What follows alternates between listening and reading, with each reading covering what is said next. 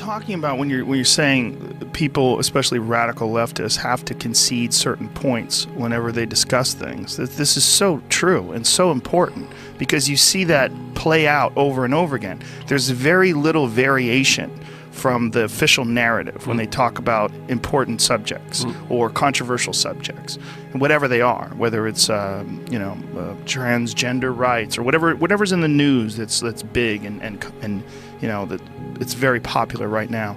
There's these certain things that you're not allowed to deviate from, and that's an insanely restrictive perspective. And who's establishing these norms?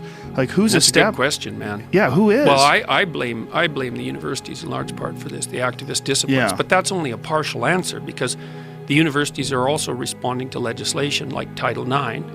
So they've been driven into. Explain Title IX for people who Title IX originally was just a piece of legislation that ensured that women would have equal access to sports events and so forth at the universities. That's what it was designed for, but it's become this umbrella legislation that pushes equality of outcome essentially across every possible dimension in the universities, and it's been used as a weapon by the radical left. But, you know, some of that's driven by legislative necessity.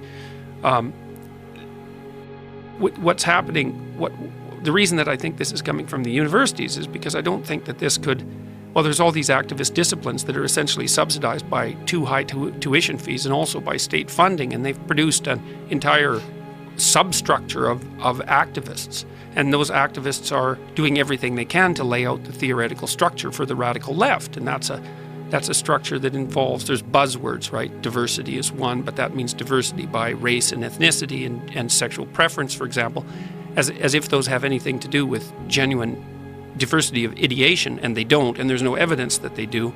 Inclusivity, I'm never even sure what that means.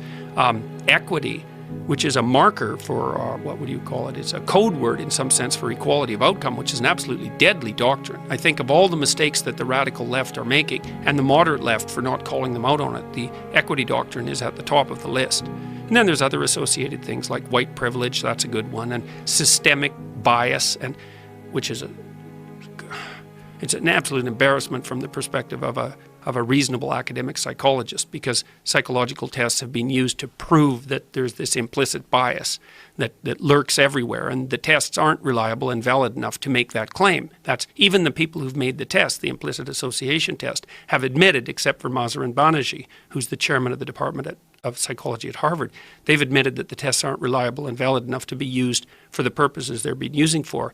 And there's also no evidence at all that these unconscious bias retraining seminars have any effect whatsoever that's positive. It's all nonsense pushed by the ideological fulminations of the radical left.